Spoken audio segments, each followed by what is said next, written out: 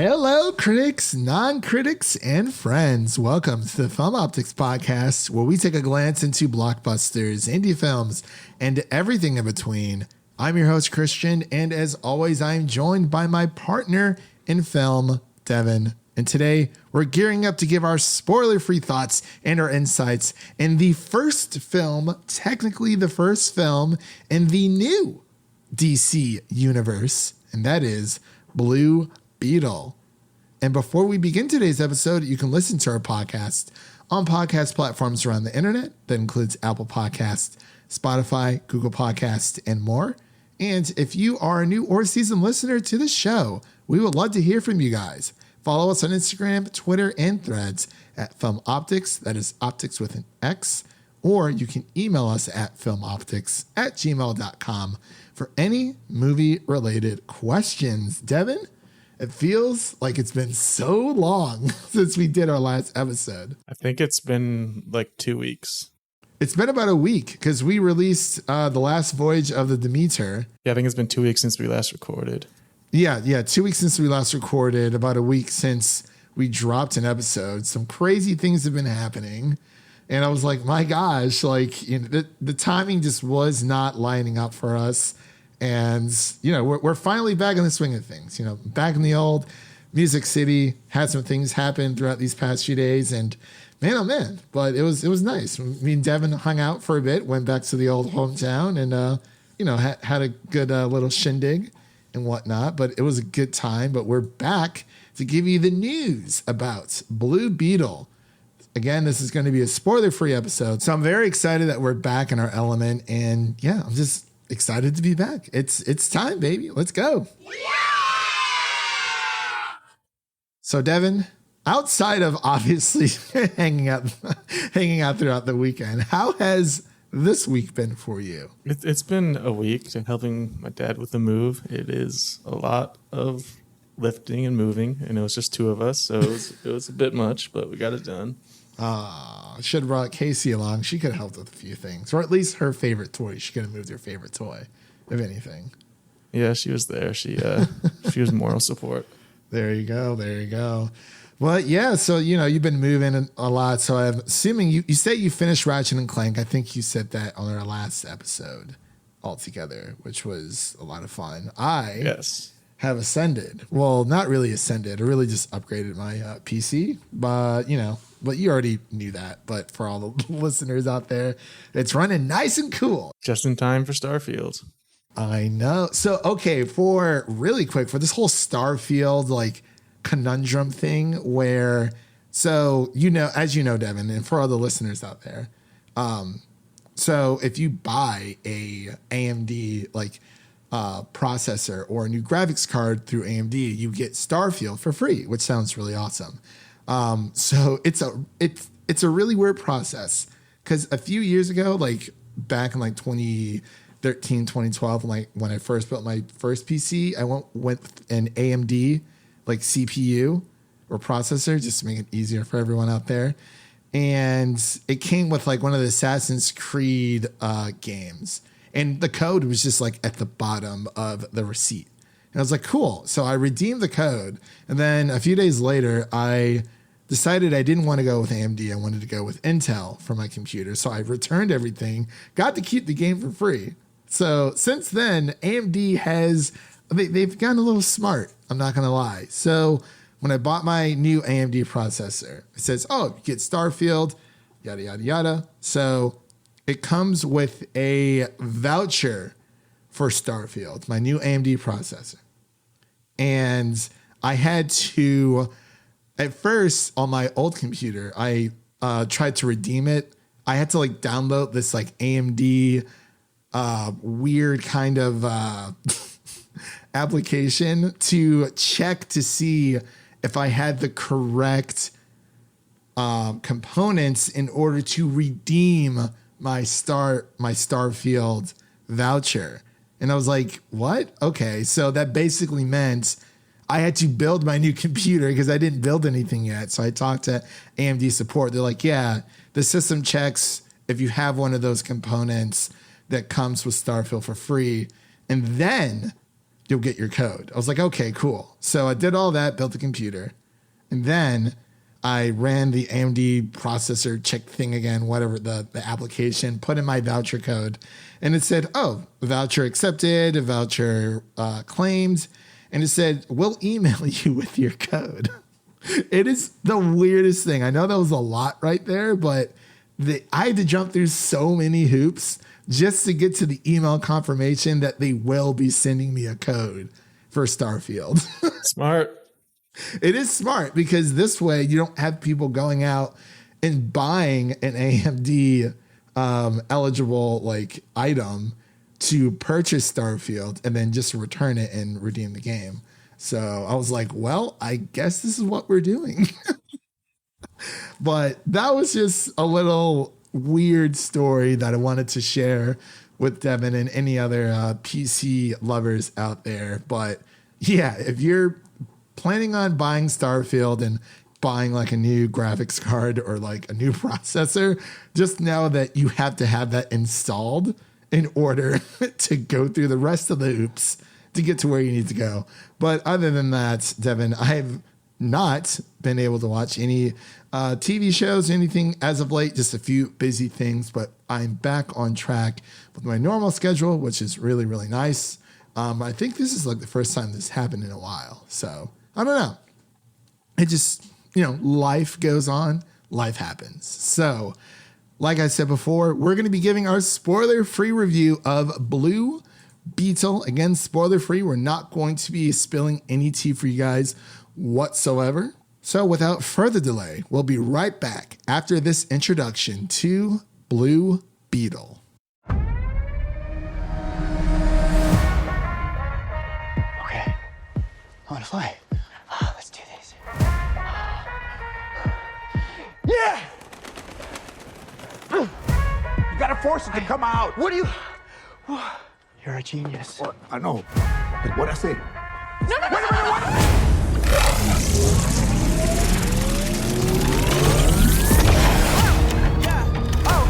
Did you know what was gonna happen to my brother when you stuck him with this world-destroying thing? It's called the Scarab. I had no idea it would activate. It has to choose you.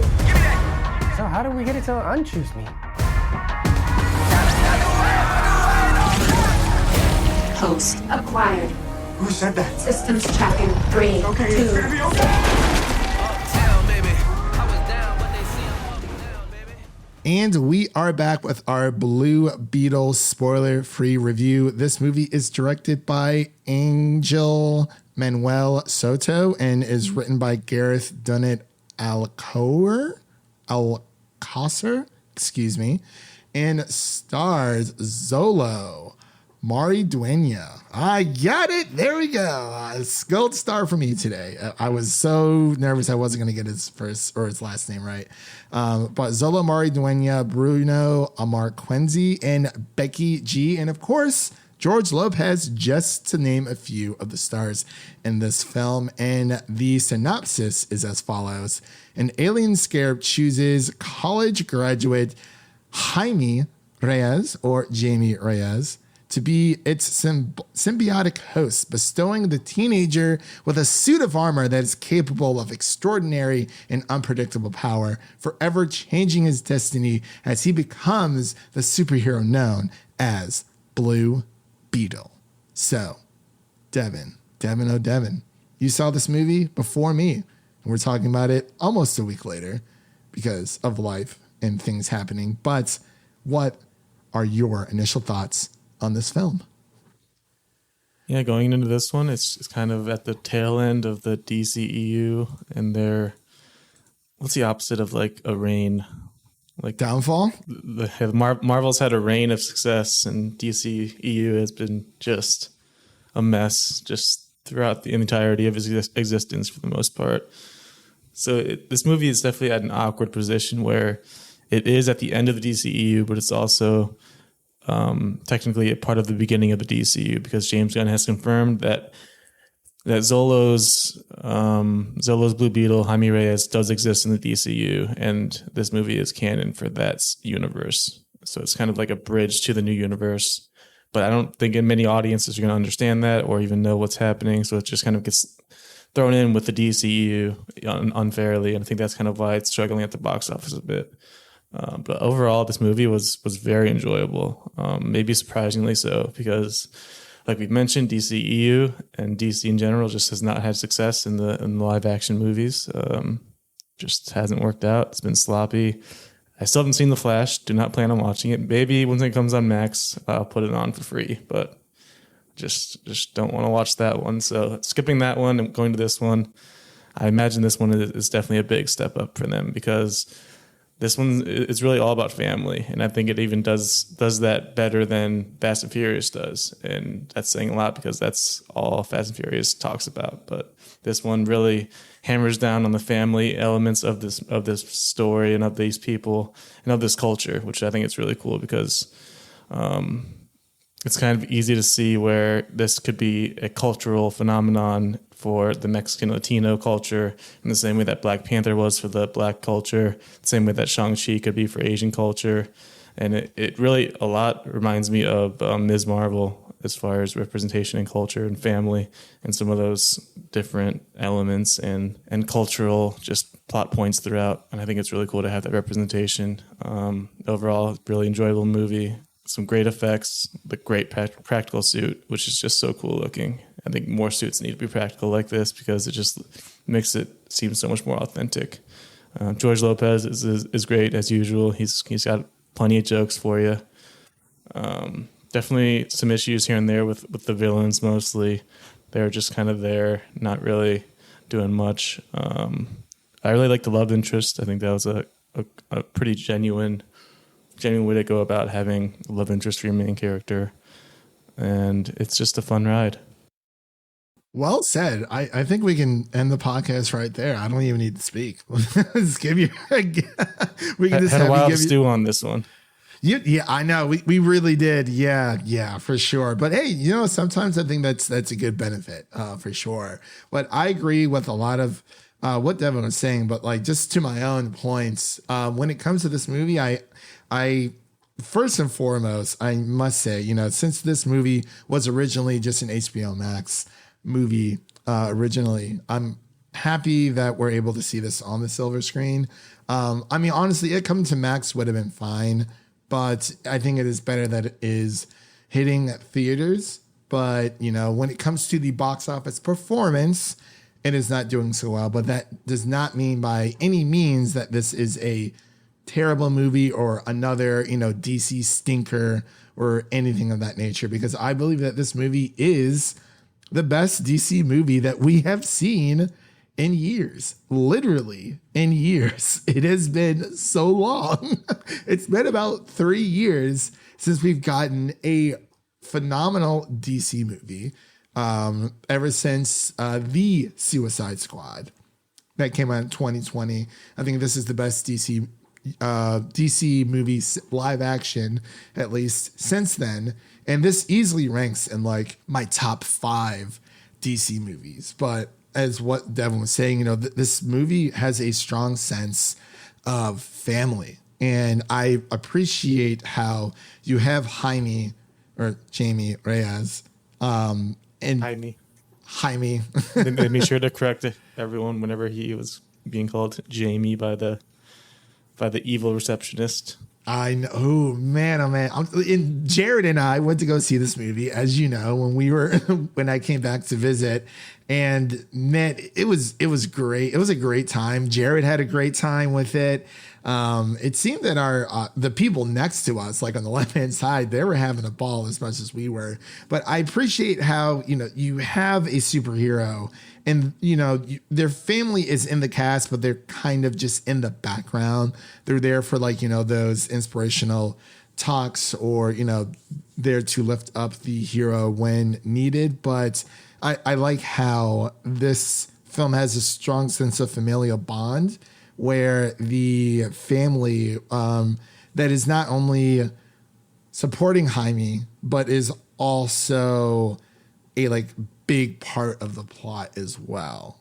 When it comes to George Lopez, the uncle, you have his annoying sister, which made me laugh, and man, it was a great time. Like you said, the practical effects or the practical suits that Zolo was able to wear, I was like, this could easily be like a Cobra Kai spinoff, because I'm telling you, man, he is fantastic in that series. You have to watch it all the way through. It gets so crazy, and I'm glad that he's getting a big break when it comes to being a Hispanic-led superhero for Blue Beetle. When it comes to the villain, I actually thought the villain was fine, especially since this is a origin story, like more of an introduction to Blue Beetle altogether. I don't think that every single villain has to be as memorable. I think that since Marvel has given us villains such as Killmonger and especially Thanos, it seems that, Kukulkan, Namor, it seems that, we're expecting more depth from our villains, and in a way I think we should, but I don't think that we don't need a super complex villain in every single superhero movie, because I think that for what this movie is and for what it does, it is an introduction to Blue Beetle. The villains are there. The hero defeats the villains. Boom. Story's over. That's kind of what it is. But that's just one aspect of the entire movie. Of course, like Devin said, you have the romantic relationship that Jaime has with the daughter of this huge corporation.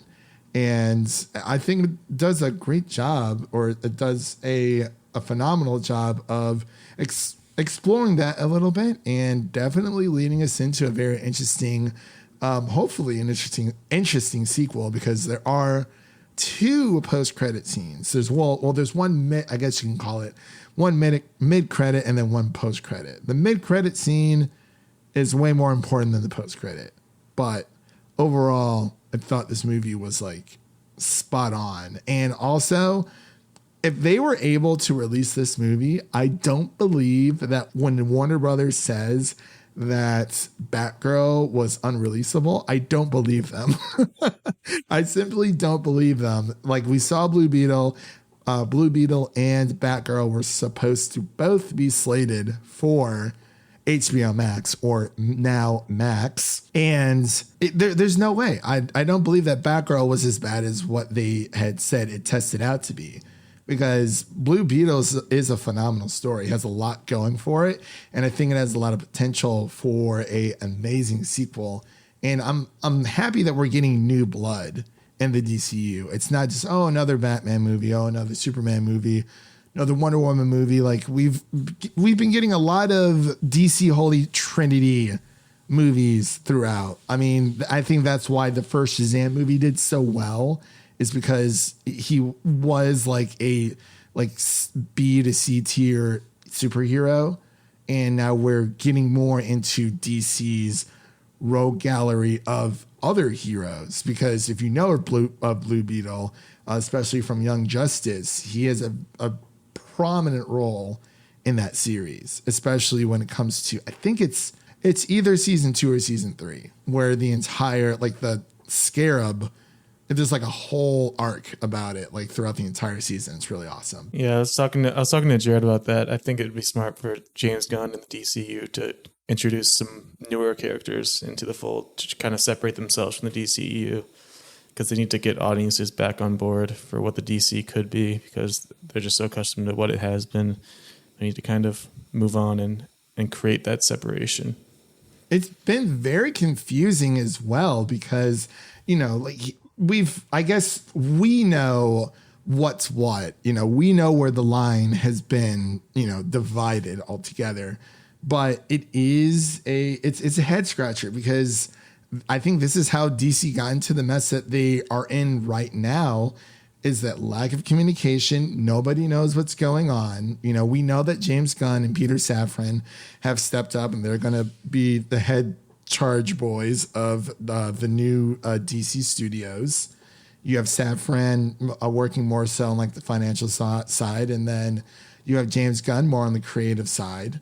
And although this movie is great, I do think that there is confusion when it comes to, they say they want to create their own universe. It's like, okay, then it needs to feel like everything is contained within that universe. Say what you will about Marvel lately, about them pumping out too much stuff. It's their average, batting record. It's still been great. Although, you have some shows and movies that people aren't super crazy about. But when it comes to the Rotten Tomato scores, I think they only have maybe 3 or 4 movies that are technically considered rotten on Rotten Tomatoes when it comes to Marvel. That's a pretty good freaking average. Yeah, but it's 90%. Yeah. And even though we know that, Marvel needs to slow down a bit, we still know that everything that they pump out, every single thing is planned. We can't see the end of the roadmap yet, but everything is planned. We know everything that they pump out is a part of that universe. This is essentially, you're changing from, the DCEU, the extended universe, and now you're changing it to the DC universe. And it's underneath DC Studios now, and that's fine, but there needs to be a nuke where people know where the line is drawn. Not even just for people like us, but that's what The Flash was supposed to be, but it just failed so horribly, apparently, that it couldn't even do that correctly. Couldn't even just start over. There's actually a theory about Marvel as well, that the Earth that we're now seeing isn't the same Earth that we were used to, that we were watching post Infinity War, or is it post Spy? I can't remember. Anyway, I can't get into that too much, but yeah, it's too confusing. I think James Gunn, it's tough with the strikes both going on right now, but I still feel like he can release some video explaining it, because he did. But then it sounded more just like a soft reboot. Like, hey, we're revamping the DCU. And it seems the only 2 people that they're recasting is Batman and Superman. We don't know what's going on with Wonder Woman. And it's this whole thing. So we got to get some answers. I'm glad that he's a part of the equation. But let's get into our final thoughts and our ratings. Devin, did you have anything else you wanted to mention within your final thoughts before we close out on this episode? Yeah, like you said, I'm glad Zolo and his portrayal of Blue Beetle are here to stay, hopefully, with the rest of the DCU, because this is, when you kind of think about the scene where I'm referring to, spoiler free, but something happens to Jaime and he has to just watch it unfold. That's one of the better origin stories I can remember of recent years, just having that happen to you and what that does to you as a person and how that would actually feel. So it's just so cool to see that, and hopefully he can continue to grow moving forward, because there's definitely a future for him. Not sure where he'll fit in as far as other characters in the DCU, but if we can get a Blue Beetle too. I know it's definitely struggling currently financially, because like we said, DCEU and DC in general just is so messy that I think it messes with people's perception of what they should even take their time to watch these movies. But I would definitely recommend going to see this in theaters. It's a really fun time. Apparently hashtag Blue Beetle Battalion is a thing, so if we can get that going, that would be nice. And because I want to see this succeed, because I want to see a sequel, because they definitely tease some things in the mid-credit scene, and there's actually an actor also named Ted in a different show that director said would be a great casting for a certain Ted Cord in this universe. So that would be really fun to see. So I'm hoping that becomes true. As far as a grade, overall, I'd probably give it an 81. It's just super solid. There are some issues here and there as far as originality. It definitely takes some ideas from other comic book movies, and it's not very shy about that. And then also, like I said before, the villains are an issue for me. Just kind of there, and they didn't have to be necessarily memorable, but to be this unmemorable was definitely a bit much. But other than that, great effects, great suit, some good laughs here and there. Not all the jokes hit, but definitely enough of them did to where it's enjoyable. And yeah. The revolution has begun, Devin. The DC universe is afoot. The game is afoot again. The Blue Beetle Battalion is The here. Blue Beetle Battalion is here. Yeah, absolutely. For me, you know, I've kind of just went on a bit of a rant there, but I was really excited for this movie. Like I said, this is one of DC's best movie in years, and that's literally and figuratively. But yeah, I want to see Zolo, you know, up on the big screen again. I want to see this movie do well. You know, I think some people kind of equate box office numbers to a movie and say, oh, well, it's bad. And it's like, no, it's a good movie, but it's not performing well in the box office due to either you know, not enough marketing, especially with this movie. I think when it comes to the strikes, this is one of the first movies that we're seeing. There's been a few prior to this, like with Haunted Mansion and Last Voyage of the Demeter, that probably would have had a bigger turnout when it comes to the box office if they were able. Well, excuse me, let me rephrase that. If Hollywood would get their crap together and pay these actors and writers so that they can go out and promote these projects so that more people will go and see them. So this is definitely a film that is a product